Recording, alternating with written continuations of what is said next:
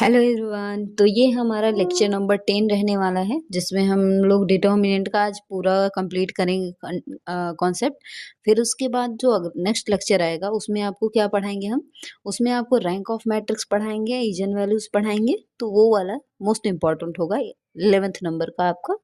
ठीक है, तो इसको थोड़ा सा हम डिस्कस कर लेते हैं, जिसमें आपको मैंने माइनर को फैक्टर बता ही दिया था। अब आज हम जो करने वाले हैं उसमें क्या रहने वाला है, प्रॉपर्टीज ऑफ डिटर्मिनेंट्स। क्या होता है डिटर्मिनेंट्स की प्रॉपर्टीज और इसका हम कैसे यूज करते हैं, वही चीज हम जानेंगे। ठीक है, किसी भी डिटर्मिनेंट को इवेल्युएट कैसे करते हो तो वही आपको सीखेंगे इस पहले कॉन्सेप्ट को सीखने के बाद। तो मैंने कहा कि भाई डिटर्मिनेंट ऑफ ए जो होता है वो क्या डिटर्मिनेंट ऑफ ए डैश के बराबर होता है। अच्छा, ए डैश यहाँ पे क्या है, ए डैश मतलब है ट्रांसपोर्ट, ट्रांसपोर्ट, ट्रांसपोज है, ट्रांसपोज ऑफ मैट्रिक्स। हाँ जी, तो समझ पा रहे हो, जैसे कोई मेरे पास मैट्रिक्स क्या है कि ए बराबर, मैंने कहा या A B C D E F G H I, मेरा ऐसे ही मन कर दिया तो ऐसे में लिख लिए।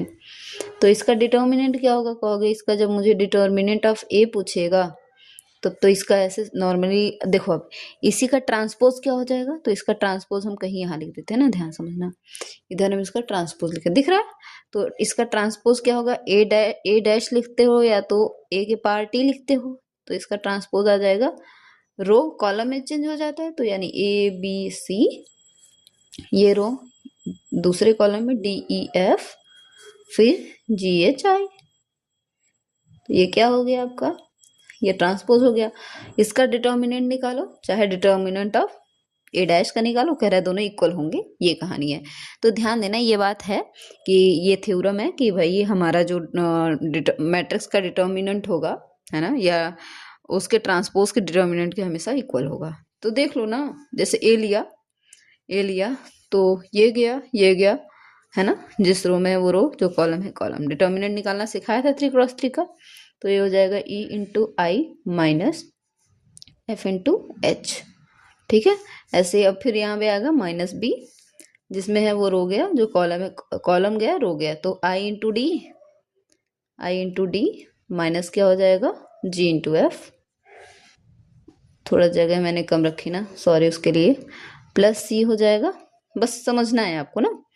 तो ये गया डी इंटू एच माइनस जी इंटू ई। आप अगर अंदर मल्टीप्लाई करते हो तो ध्यान देना, डिटर्मिनेंट ऑफ ए आ जाएगा क्या, डिटर्मिनेंट ऑफ ए, तो ए ई आई एंड फिर माइनस ए एफ एच, फिर ये माइनस बी का इसमें करोगे माइनस बी आई डी। बहुत ज़्यादा छोटा तो नहीं हो रहा है, दिख रहा है ना। Minus minus plus B G F plus C D H plus minus minus C G E, है ना, ये आया। तो सेम इसका भी यही आना चाहिए, समझ पा रहे हो। तो चलो बस इसका भी निकालो, डिटर्मिनेंट ऑफ ए डैश क्या हो जाएगा, तो कहोगे ए लेंगे, ये गया आई इंटू ई या इंटू आई कर दो, माइनस एफ इंटू एच, समझ पा रहे हो। फिर माइनस डी, ये गया, इसका मल्टीप्लाई इसमें, इसका मल्टीप्लाई इसमें, बी इंटू आई, फिर माइनस सी इंटू एच। ओके, आगे ट्राई करेंगे यार, इतना ज़्यादा किचमिच ना हो, है ना। ठीक है, प्लस ये जी हुआ, ये गया एफ इंटू बी माइनस सी इंटू ई। अब फिर अंदर आप मल्टीप्लाई कर लो इसका। तो चलो देखो हम करते हैं अभी, इसका मल्टीप्लाई क्या आ जाता है।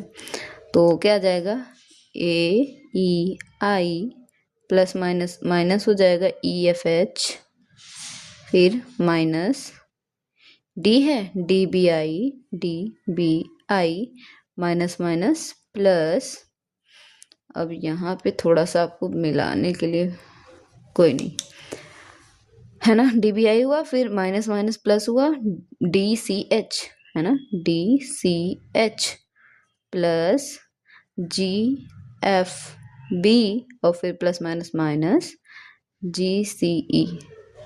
GCE। चलो अब मैच कराओ, माइनस GCE है ना, प्लस CDH है, प्लस CDH दिख रहा है, प्लस BGF है, प्लस BGF, माइनस BID है, माइनस BID, ये आगे पीछे हो सकता है ना, मल्टीप्लाई का केस है, माइनस AFH है, माइनस AFH, यही तो आया है शायद ना, A से मल्टीप्लाई हुआ AFH, और AEI, तो बस देखो दोनों चीज, यानी ये कही गई जो रूल है वो, यानी ये आपका जो प्रॉपर्टी है वो एकदम ट्रू है, ठीक है। इसी तरह से चलो यहाँ पे थोड़ा जगह मुझे और देना चाहिए ना, कोई बात नहीं, समझ में आया होगा, बाकी आगे से और थोड़ा सा जगह रखेंगे, एक एक पेज पे एक कॉन्सेप्ट करा देंगे ना। If we interchange any two rows और कॉलम, ध्यान समझना, अगर मेरे पास ए बराबर करके कुछ हम नंबर ले लेते हैं ना, अभी नंबर ले लेते हैं 1 2 3 0 1 2, मेरे पास एक ऐसा मैट्रिक्स है 1 1 0, ठीक है। कह रहा है कि if we interchange any two rows और columns then the sign of determinant change, अगर हम किसी भी दो रोज है ना, दो रोज या दो कॉलम को क्या करेंगे, आपस में चेंज कर देंगे तो उसका साइन चेंज हो जाता है। तो जैसे देखो क्या, दो रोज जैसे R1 और R2 को मैंने कहा R1 replace R2 and R2 replace R1, तो क्या हो जाएगा यहाँ पे, तो कहोगे कि जो ये R1 ये हुआ, R2 ये, तो ये होगा 0, इसको कुछ और मान ले, इसे A1A मान लेते हैं, कुछ मान लेते हैं ऐसे करके ना, तो मैंने कहा इसे 0 1 2, और ये नीचे आ जाएगा 1 2 3, और ये ऐसा है जैसा है वैसा ही रहेगा। तो यहाँ पे केवल दो है ना, ओनली टू रोज या टू कॉलम को अगर हम चेंज करते हैं तो उसका साइन चेंज हो जाता है, यानी अगर प्लस में ये आ रहा होगा तो ये माइनस में अगला आएगा, बस। तो डिटर्मिनेंट, इसका मतलब ये है कि जो डिटर्मिनेंट ऑफ ए होगा वो माइनस डिटर्मिनेंट ऑफ ये 1A के बराबर होगा, ठीक है, मैंने ऐसे लिख दिया, ठीक। तो चलो इसका डिटर्मिनेंट देख लो, तो इसका डिटर्मिनेंट निकालोगे तो देखो, एक 1 लिया, ये गया, ये गया, 0 1 जा 0, माइनस 2 1 जा 2, फिर माइनस 2 लिया, ये गया, ये गया, 0 0 जा 0, माइनस 2 1 जा 2 अगेन ना, प्लस 3 लिया है ना, जब हम क्या निकाल रहे हैं, डिटर्मिनेंट ऑफ ए निकाल रहे हैं, फिर प्लस 3 लिया, 1 0 जा 0, माइनस 1 1 जा 1, तो ये आ जाएगा इसका आ जाएगा क्या, 0 में से -2 गया, -2, -2 1 जा -2, ये -2 प्लस 2 2 जा 4, -3 आ जाएगा क्या, 3 2 5, -5 प्लस 1, आंसर आ रहा है -1। अगर इसकी वैल्यू माइनस, ध्यान समझो, जैसे अब हाँ, इसकी वैल्यू अगर -1 आई तो इसकी वैल्यू क्या आ जाएगी, +1 में आएगी, इसका मतलब डिटर्मिनेंट ऑफ, ऐसे यहाँ ना लगा के ऐसे लिख लो, डिटर्मिनेंट ऑफ क्या 1A क्या आ जाएगा -1। चाहो तो आप प्रूफ भी कर सकते हो कि मैंने 0 लिया, ये गया, ये गया, 0 0 2 0 जा 0, 1 3 जा 3, फिर -1 हुआ, ये गया, ये गया, 0 माइनस 3 1 जा 3, फिर +2 लिया, और ये गया, ये गया, 1 1 जा 1, माइनस 2 1 जा 2, तो देखो ये तो 0 से मल्टीप्लाई होगा, ये ओवरऑल 0 हो जाएगा, -1 है, ये -3 है, तो +3 आ जाएगा, और ये क्या है, 2 1 जा 2, -2, तो क्या हो जाएगा, ध्यान से देखेंगे अगर, तो -1 -3, माइनस माइनस प्लस, ठीक है, और ये प्लस यहाँ पे क्या आ जाएगा बताइए, 2 में से 1 जाएगा -1 इंटू 2, तो -2 आएगा क्या, तो 2 में से 1 गया 1, तो देखो डिटर्मिनेंट, इसकी वैल्यू माइनस में आई थी ना, तो इसकी वैल्यू प्लस में आएगी, आई है, अरे डिटर्मिनेंट ए की वैल्यू -1 आई, तो डिटर्मिनेंट 1A की वैल्यू क्या होगी, +1 है ना, बस साइन चेंज हो जाएगा, बस, ठीक है, होप सो समझ आ रहा होगा। चलो नेक्स्ट देखते हैं, आगे क्या है, कह रहा है कि इफ एनी टू रोज और two column will be identical, identical मतलब होता है एक जैसा, है ना, अगर दो रो या दो कॉलम एक जैसा हो, जैसे मैंने कहा ABC हो गया, FGH हो गया, फिर यहाँ ABC ऐसा आ गया, ध्यान समझ रहे हो, अगर हमारे कोई भी आपका दो रो या दो कॉलम आइडेंटिकल हो जाए तो डिटर्मिनेंट विल बी जीरो। तो इसका डिटर्मिनेंट क्या आ जाएगा? जीरो। क्यों? क्योंकि देखो ये और ये आइडेंटिकल है, R1 इक्वल्स टू है R3 के, यानी ये क्या है? आइडेंटिकल। तो आपको ये ध्यान देना होगा, कभी कभी मल्टीप्लाइड होगा आइडेंटिकल बन जाता है। जैसे देखो अगर मैं इसका कहूँ 3 6 4 है ना, 1 9 8 है, 6 12 8 है, तो बताओ इसकी वैल्यू क्या होगी? इसकी वैल्यू क्या होगी? तो इसमें और भी रूल लगेंगे, इसकी भी वैल्यू आएगी जीरो। आप इसको सॉल्व कर सकते हो, इसको सॉल्व कर लेना। अभी क्यों आएगी जीरो, अभी ये कंडीशन आपको आगे बताएंगे, है ना। तो इसमें देखो कोई एक 2 से मल्टीप्लाइड है, ये क्या? देखो ये 3 है, ये 6 है, ये 4 है, और ये 1 है, ये 9 है, ये 8 है। क्या इसको हम ऐसे नहीं लिख सकते? 2 इंटू 3, 2 3 जा 3 2 जा 6 हो गया। ऐसे ही 12 को क्या लिख सकते हो? 2 6 जा 12, और 8 को 2 4 जा। तो इन तीनों में 2 कॉमन है क्या?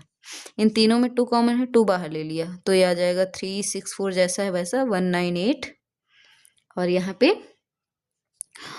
3 2 कॉमन लिया है 6 4, आइडेंटिकल है अगेन। फिर इसकी वैल्यू क्या हो जाएगी? जीरो। डिटर्मिनेंट इसकी जीरो हो जाएगी तो 2 का मल्टीप्लाई जीरो ही आ जाएगा, है ना। इसको थोड़ा सा ध्यान देना, है ना, जरूर इंपॉर्टेंट है। ओके ओके, चलो इसमें भी और भी है कंडीशन, चलो यही वाली है। अगर किसी हम कोफिशिएंट से मल्टीप्लाई करते हैं या इसका ऐसे मल्टीप्लाई होता है, बात एक ही होती है। जैसे मैंने कहा कि k इंटू डिटर्मिनेंट आपका कोई है ABCDEFGHI,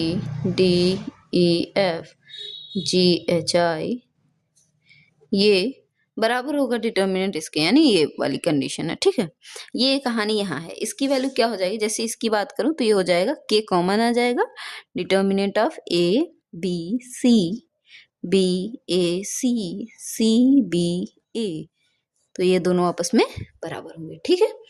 तो यहाँ पे एक चीज, आप किसी भी एक रो में ऐसे मल्टीप्लाई हो तो आप रो से आप ऐसे ले सकते हो कॉमन, सॉरी एक कॉलम में ऐसे मल्टीप्लाई हो तो कॉलम से ले सकते हो कॉमन, ऐसे किसी एक रो में हो तो रो से ले सकते हो कॉलम, ठीक है, कॉमन, ठीक है।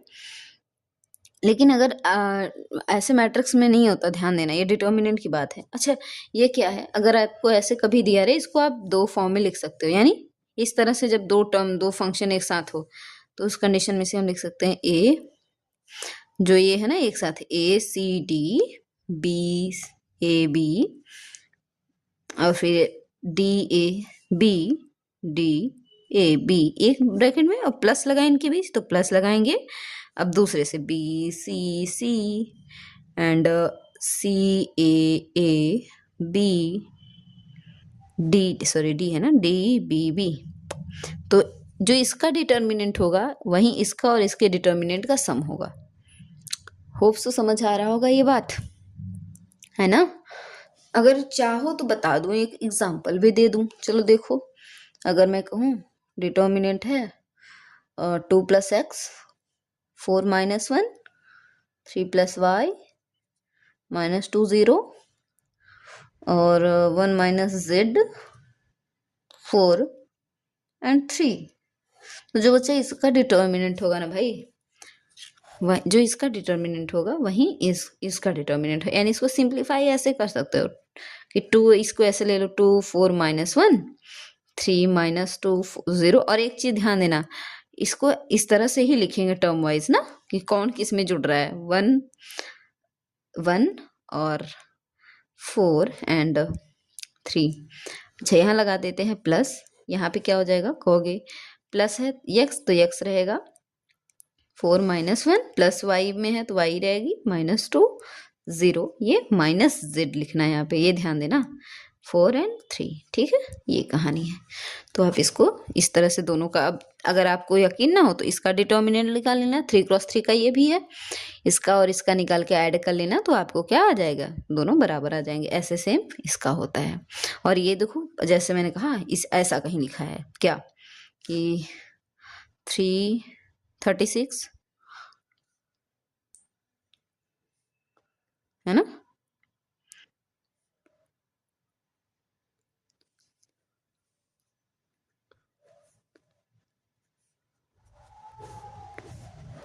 बताओ इसका वैल्यू क्या होगा। तो एक चीज दिख रहा है कि मैम देखो ना, ये मल्टीपल किसी का दिख रहा है क्या, 18 का। 18 टू ज़ा 36, 18 थ्री ज़ा 54, 18 फोर ज़ा 72। तो अगर मैं कहूँ तो इन सब में 18 कॉमन है, C1 में क्या है 18 कॉमन है। तो आप ऐसे लिख सकते हो कि 18 बाहर लिया, आया क्या, तो 18 टू ज़ा 18 थ्री ज़ा 18 फोर ज़ा, फिर 3 यहाँ पे, फिर 2 है, फिर 3 है, फिर 4 है, 1 1 0 है। फिर वही रूल आइडेंटिकल वाला कि भाई दो आइडेंटिकल कॉलम है तो इसकी वैल्यू क्या हो जाएगी 0। तो 18 इंटू 0 बराबर 0। तो होप सो आपको सारे प्रॉपर्टीज भी आपको समझ आए होंगे किसके, डिटर्मिनेंट्स के। और ये आगे बहुत ज़्यादा यूज़फुल होने वाले हैं आपके लिए, और इससे बहुत बेहतरीन क्वेश्चन पूछे जाते हैं। आपको एक एक क्वेश्चन शॉर्ट फॉर्म में दिखा देंगे, ठीक है। तो ये सारे प्रॉपर्टीज आप डिटर्मिनेंट के रिवाइज कर लेना अगेन, ठीक है। Okay, bye bye.